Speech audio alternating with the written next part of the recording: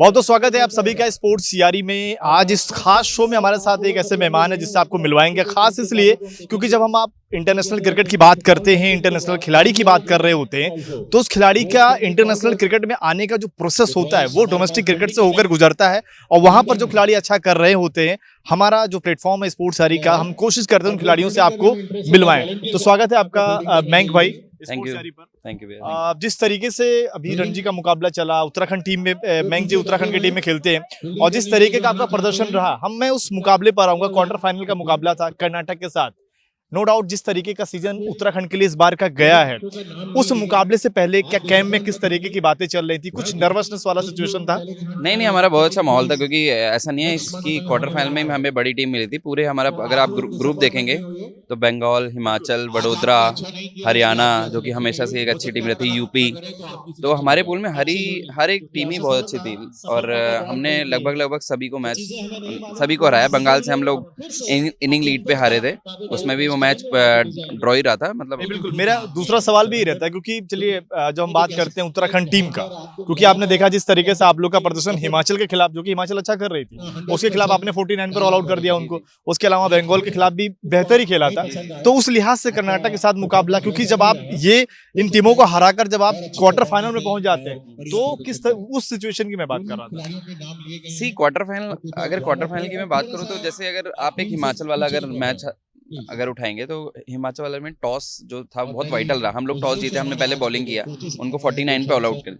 Same situation हमारे साथ आई। Green top wicket था, काफी मॉइस्चर था, और हम लोग टॉस हार गए वहाँ, और पहले हमें बैटिंग करनी पड़ी, तो हम 116 पे ऑल आउट हो गए। उसके बाद हम उभर नहीं पाए उस मैच से, क्योंकि उस सिचुएशन में कर्नाटका की बैटिंग है जब बिल्कुल गर्मी थी, पाटा हो गया था विकेट, है ना। तो उन्होंने फिर हमें वापस आने का मौका नहीं दिया। बस यही रहा, अदरवाइज माहौल हमारा बहुत अच्छा था। हम लोग पूरा श्योर थे कि हम ये मैच भी अच्छा, हम लोग जीतने हारने की तो हमने पूरे सीजन ही नहीं सोची। हमने सिर्फ ये सोचा था एक ब्रांड ऑफ क्रिकेट खेलना है और एक अच्छा माहौल बना के रखना है टीम में। और जिस हिसाब से आप देखें तो लास्ट 5 साल से हम लोग खेल रहे हैं, जिसमें 4 साल रणजी ट्रॉफी के हैं, 1 साल हमारा खराब हो गया था कोविड की वजह से, तो जिसमें 3 साल हम क्वार्टर फाइनल पहुंचे। तो हम अच्छा क्रिकेट खेल रहे हैं, इसीलिए हम लोग क्वार्टर फाइनल हमेशा क्वालिफाई करते हैं। ये इसके पीछे का कारण क्या? अगर आप देखिए पिछले कुछ समय से उत्तराखंड की टीम मैं इसलिए बोल रहा हूँ क्योंकि जब आप देखते हैं रणजी डोमेस्टिक क्रिकेट की बात करते हैं, तो वहाँ पर मुंबई हो गया, कर्नाटक की टीम हो गई, तमिलनाडु की टीम हो गई, इन सब टीमों का जिक्र बहुत ज्यादा होता है। ऐसे में जब उत्तराखंड की टीम आती है, वो सैयद मुश्ताक अली में अच्छा कर जाती है, अगर आप देखें तो फिर रणजी में अच्छा कर जाती है। तो ये जो राइज हो रहा है उत्तराखंड टीम का, उसके पीछे की वजह क्या है? देखिए, अगर ये तो मैं पूरा क्रेडिट अपनी एसोसिएशन को दूंगा, क्योंकि हमारी एसोसिएशन मुझे लगता है इस टाइम पे इंडिया की बेस्ट एसोसिएशन उस मामले में, खिलाड़ी को बैक करने के मामले में। आप अगर इस साल देखें तो 20 लड़कों के अंदर हमने तीनों फॉर्मेट खेल लिए, कोई ज़्यादा चेंजेस नहीं हुए टीम में। हमारी कोच ने हमें बहुत बैक किया, एसोसिएशन ने बैक किया। कोई भी सिचुएशन थी, हम लोग हारे हैं चाहे जीते हैं, ज़्यादा लड़के चेंज नहीं हुए टीम में। तो जब आप एक बंच लेके चलते हो ना, हमेशा लगातार, चाहे आप हार रहे हो चाहे जीत रहे हो, तो लर्निंग प्रोसेस सेम रहता है, और हारने से भी जीतते हैं, सीखते हैं, और जीतने से भी सीखते हैं। तो मुझे लगता है एसोसिएशन का इसमें बहुत बड़ा हाथ है, क्योंकि वो ज़्यादा चेंजेस उन्होंने नहीं किए टीम में, चाहे हारे हैं चाहे जीते हैं, और सेम जिसका उन्हें रिजल्ट भी मिला। क्योंकि हम हारे भी तो हमने उससे कुछ सीखा, सीख के फिर हमने अच्छा किया रणजी ट्रॉफी में। तो आप देखें तो हमारा T20 बहुत अच्छा गया था। हम मतलब मार्जिनली रह गए, क्या कहते हैं, मुंबई को हराने में और क्वालिफाई करने में। फिर हमारा वनडे थोड़ा ठीक ठाक सा गया, लेकिन रणजी ट्रॉफी में फिर एक बार हमने हर साल की तरह रेड बॉल में अच्छा करके और क्वार्टर फाइनल में पहुंचे। मुंबई वाला ही मैच था कि आप लोग शायद 2 रन से हारे थे मुकाबला, अगर मैं सही हूँ। वो मुकाबला, क्योंकि देखिए मुंबई को जिस तरीके से लोग देखते हैं, आप लोगों ने तकरीबन हरा ही दिया था। वो लास्ट में थोड़ी सी दिक्कत हो गई थी, लेकिन उसके बाद वो तो हर्ट किया होगा वाला मुकाबला। बिल्कुल हर्ट किया। एक्चुअली जैसा मैच हम quarter final last year Mumbai से हारे थे, उसके बाद जैसी सिचुएशन हमारी T20 में थी, हम लोग काफी एक्सपेक्ट कर रहे थे कि ये मैच हम जीतेंगे, क्योंकि अगर देखो तो लास्ट ओवर में 12 रन चाहिए थे, 2 बॉल पे 2 बाउंड्री आ गई थी। उसके बाद अनफॉर्चुनेट 2 विकेट लगातार गिरे। तो हम लोग बहुत खुश थे जो वो मैच खेला, क्योंकि हमने बताया कि जो क्रिकेट हमने लास्ट ईयर खेल के हम मैच हारे, हम वैसी टीम नहीं है एक्चुअली। हम किसी भी बड़ी टीम को एनी टाइम एनी सिचुएशन में हरा सकते हैं। तो हमने वो दिखाया, हम हारे जरूर, लेकिन वो लोग भी बहुत शॉक थे कि ये वही टीम है जिनको हमने वर्ल्ड रिकॉर्ड बना के लास्ट ईयर हराया था। ये अच्छी बात है कि जिस तरीके से राइज हो रहा हो, बड़ी अच्छी चीज़ है कि इस बार चाहे रणजी में देख लीजिए, या फिर विजय हजारे में देख लीजिए, या फिर शायद मुश्ताक अली में, उत्तराखंड ही नहीं, जम्मू ने भी बड़ा अच्छा खेल दिखाया था इस बार, जम्मू ने भी अच्छा किया था। तो अच्छी बात है कि अब अलग अलग टीमों से भी उस तरीके की प्रतिभा निकल कर आ रही है।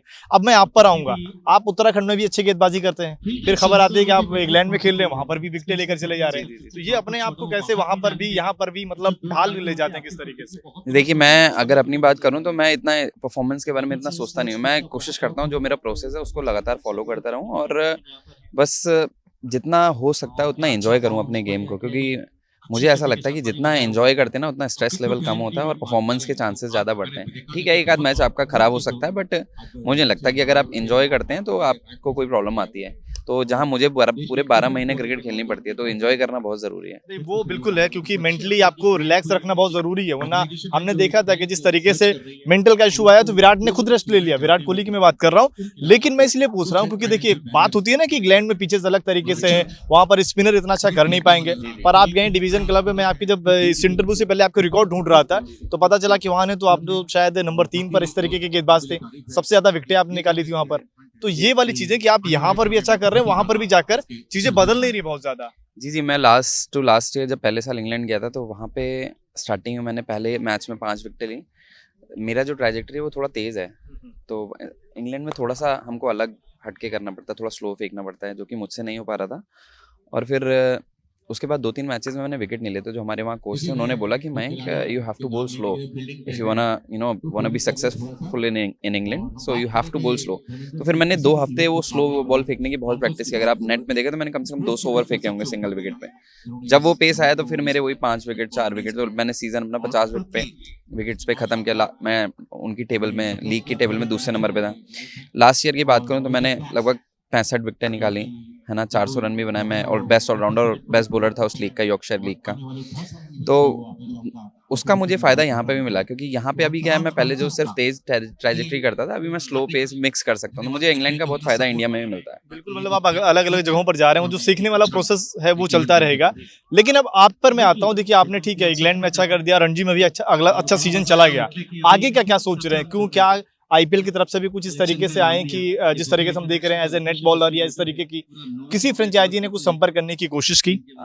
देखिए, अगर मैं अपना T20 का बात करूँ डोमेस्टिक का, तो T20 में मैं लास्ट 3 साल से बहुत अच्छा कर रहा हूँ। अगर आप देखें तो मैं नया बॉल फेंकता हूँ, वो मतलब स्टार्ट में करता हूँ इनिंग को। मेरा उसके बाद भी मेरा पिछले 3 साल में इकोनॉमी जो है वो 6 से ऊपर नहीं गया है। विकेट्स मैंने लिए हैं, मैंने लाइव मैच के 3rd ओवर में हैट्रिक लिया है इंडिया में। प्लस लास्ट ईयर दिल्ली से हमारा मैच था, उसमें ही मैंने 10 रन देके क्या कहते हैं 3 विकेटें ली, तीनों मेन ऊपर की विकेटें ली थी। तो मैं उस बारे में खैर ज़्यादा मेरा काम है परफॉर्म करना, मैं परफॉर्म करते जा रहा हूँ। अब ये फ्रेंचाइजी संपर्क करे ना करे, मुझे उससे कोई वो नहीं है, लेकिन हाँ, मैं वेट जरूर कर रहा हूँ कि कब वो टाइम आएगा जब ये लोग मेरे को देखेंगे, क्योंकि it's been a long time I am performing in a domestic cricket. नहीं, बिल्कुल आप अच्छा कर रहे हैं, इस बार का सीजन भी आपके लिए अच्छा गया। सबसे बड़ी चीज, जब टीम के सामने चुनौती कठिन थी, जब टीम मजबूत थी, वहां पर आपने अच्छी बॉलिंग की, तो ये जाहिर सी बात है फ्रेंचाइजी भी इस पर नोटिस करेंगी, बहुत जल्दी शायद हो सकता है आपको कॉल अप आए। लेकिन जिस तरीके से अगर हम बात करें आईपीएल की, आपने बात कर ली, इंडियन टीम पर हम आ जाते हैं वहां पर कि बॉर्डर गावस्कर ट्रॉफी होने वाला है, ऐसे में ऑस्ट्रेलिया सामने, आपको क्या लग रहा है कि यहाँ से क्या ये सीरीज किस तरीके से होने वाली है और इंडिया के लिए क्या बहुत चैलेंज रहेगा इस बार? देखिए, मुझे नहीं लगता इंडिया में हराना इंडिया को इतना अभी इजी हो गया है पिछले अगर कुछ सालों से देखें तो, क्योंकि इंडिया ने विदेशों में जाके खेलना बहुत इम्प्रूव किया है, लेकिन विदेशी जो टीम्स हैं उन्होंने इंडिया में खेलना अभी इम्प्रूव नहीं किया है गेस, क्योंकि जो भी जैसे विकेट्स की बात होती है कि हम यहाँ पे स्पिन ट्रैक बनाते हैं, तो इट्स अ हिस्ट्री कि हम कभी भी गए हैं, चाहे ऑस्ट्रेलिया, चाहे इंग्लैंड, चाहे न्यूजीलैंड, चाहे साउथ अफ्रीका, उन्होंने अपने हिसाब से विकेटें दी हैं, जैसी उनकी स्ट्रेंथ थी। उनके मीडियम पेसर अच्छे थे तो उन्होंने मीडियम पेसर के हिसाब से विकेट दी, इसमें हम हारते थे। तो अभी हमारा टाइम है, हम वहाँ भी जाके जीत रहे हैं अच्छी कंडीशंस में, और यहाँ पे भी हम अपने हिसाब से, जैसी हमारी अच्छी स्ट्रेंथ है, हम उस हिसाब से विकेट बनाते हैं, which is fair enough I guess, है ना। तो मुझे नहीं लगता कि इतना सोचने वाली बात। हाँ, तो जब हमने मेहनत करके वहाँ पे खेलना सीखा है, वहाँ जीतना सीखा है, तो इट्स योर टर्न, आप मेहनत करिए और यहाँ पे आके जीतिए। हमने किसी को रोका नहीं है, और जो भी विकेट बनता है वो दोनों टीमों के लिए बनता है। वो इसी लिहाज से, क्योंकि ऑस्ट्रेलिया बहुत प्रैक्टिस कर रही है, माइंड गेम जैसा वो खेलते भी हैं, लगातार उस तरीके की तस्वीरें सामने आ रही है। पर आपको लगता है कि इंडिया को हराना बड़ा मुश्किल है? मुझे लगता है इंडिया, कौन सा खिलाड़ी लग रहा है कि इस बार बॉर्डर गावस्कर ट्रॉफी में सबसे ज्यादा रन करने वाला है? आई थिंक मुझे जो लगता है, मैं 2-3 नाम जरूर लूंगा। मैं अगर बॉर्डर गावस्कर ट्रॉफी में दे, मैं पुजारा के साथ जाऊंगा, जैसी फॉर्म में वो चल रहे हैं। ठीक है। और अगर बॉलिंग में तो मैं हमेशा ही अश्विन, इंडियन सिचुएशन में तो मैं हमेशा अश्विन के साथ जाता हूँ। वो एक लीजेंड गेंदबाज है और उम्मीद यही है कि वही अच्छा करेंगे। उनका खौफ ऑस्ट्रेलिया खेमे में भी है। अब जो अगला सवाल पर मैं आ रहा हूँ, ये जैसे कि आपने बात कर ली आपने सबसे ज्यादा रन बनाने की, पर एक टीम में अभी भी कंफ्यूजन हो रखा है जिस पे लगातार बात हो रही है कि क्या सूर्या को डेब्यू करने का मौका मिलेगा या केएल राहुल नंबर 5 पर खेलेंगे, शुभमन गिल ओपनिंग करेंगे। आपके हिसाब से क्या लगता है? देखिए, मुझे जो लगता है कि केएल को शायद बीच में ही खिलाएंगे ये लोग, क्योंकि शुभमन अभी ओपनिंग में सेट है, रन कर रहा है, परफॉर्म कर रहा है। रोहित को कोई अभी कोई प्रॉब्लम नहीं है ओपन करने से।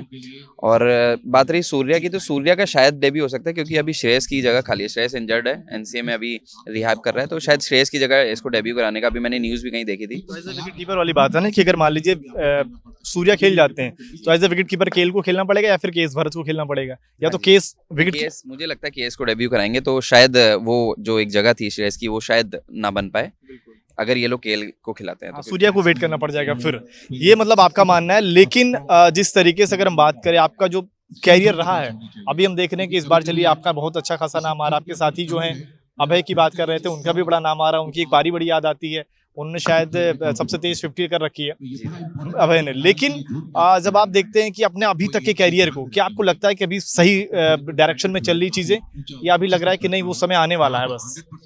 मुझे लगता है वो समय एक्चुअली आने वाला है, क्योंकि मैं लास्ट अभी अगर रेड बॉल पे, अगर वाइट बॉल छोड़ के रेड बॉल पे भी आऊँ तो लास्ट मैं हर सीजन में बहुत अच्छा कर रहा हूँ। लास्ट सीजन में मैंने 11 विकेटें राजस्थान के अगेंस्ट ली, मैंने 3 मैचों में 20 विकेटें ली, क्योंकि छोटा ही सीजन था, है ना। फिर दिलीप ट्रॉफी में मेरा नाम आया, है ना, खेल नहीं पाया मैं। फिर इस साल मैंने फिर से 35-40 विकेटें लिए हैं, तो इस बार शायद दिलीप ट्रॉफी फिर से मुझे इस बार शायद डेब्यू करने का मौका मिले। तो मुझे लगता है कि अभी धीरे धीरे जो मेरा पीक टाइम आ रहा है वो मुझे लगता है यही है। पर टीम में अगर आप देखें, टीम जिस तरीके से इंडियन टीम में जगह को लेकर मारा मारी है, अगर आप टीम में आते हैं, आपको इंडियन टीम की मैं बात कर रहा हूँ, इंडियन टीम में भी बात कर लीजिए, आपका जो रोल है, अगर आप देखें उस रोल में बहुत सारे ऐसे प्लेयर हैं जो सेम रोल निभा रहे हैं, तो वहां पर आपको कंपटीशन बड़ा तगड़ा रहने वाला है फिर तो। देखिए, मैं अभी इतनी दूर की सोच नहीं रहा। मैं हमेशा से मैंने हर चीज़ को स्टेप बाय स्टेप लिया है। जब मैं क्लब क्रिकेट भी खेलता था तो मेरा यही था कि मेरे को क्लब में अच्छा करना है, फिर डिस्ट्रिक्ट में अच्छा करना है, क्योंकि जितना आप आगे की सोचते हो ना, उतना आप अपने ऊपर प्रेशर बढ़ाते हो, आई गेस, मुझे जो लगता है। इवन आपने आईपीएल की बात की, मैं आईपीएल के बारे में भी ज़्यादा नहीं सोचता। मेरा ये काम है कि एट ए टाइम अगर मैं एक टूर्नामेंट खेलने जा रहा हूँ तो उसी टूर्नामेंट में फोकस करना है, क्योंकि जब मैं उस टूर्नामेंट में फोकस करूंगा तो मेरे परफॉर्मेंस के चांसेस बढ़ेंगे। परफॉर्म हो गए तो अपने आप ही कुछ ना कुछ मेरे साथ होगा अच्छा, बिल्कुल, है जब ना। आप बहुत तो ज्यादा इतना आगे का मैं नहीं सोचता। बहुत ज्यादा आप सोचने लग जाएंगे जी तो जी उसका जी असर पड़ता है। जी जी। अब जो सवाल है कि क्रिकेट आपने खेलना शुरू कर दिया, आइडल कौन है आपका जिसको लेकर आपने शुरुआत में सोचा था यार ऐसे बनना है? देखिए, मेरे आइडल कुछ चेंज हुए हैं। पहले मैं डेनियल वेटरी को बहुत फॉलो करता था स्टार्टिंग में, जब बचपन में था। फिर बॉलिंग भी आपकी उन्हीं जैसी है। फिर अभी मैं रविंद्र जडेजा को बहुत फॉलो करता हूँ, क्योंकि पहले मैं सिर्फ बॉलिंग करता था, अभी मैं बॉलिंग बैटिंग अपनी टीम के लिए रन भी जितना कंट्रीब्यूट हो सकता है उतना करता हूँ। इस सीजन मैंने रेड बॉल में ज़्यादा रन नहीं किए, लेकिन मैं हर साल बैटिंग से भी अच्छा कंट्रीब्यूट करता हूँ। तो मैं अभी रविंद्र जडेजा को फॉलो करता हूँ। मैं चाहता हूँ कि मतलब मेरा गेम उनकी तरह बिल्कुल इम्प्रूव हो। हाँ बिल्कुल, वो देखिए वो फील्डिंग में भी माहिर हैं, बैटिंग में भी माहिर हैं, और जिस तरीके से बॉलिंग कर रहे होते हैं। इसके अलावा ऑलराउंडर कौन देखते हैं वर्ल्ड क्रिकेट में इस वक्त सबसे आपके हिसाब से नंबर 1 का ऑलराउंडर कौन है?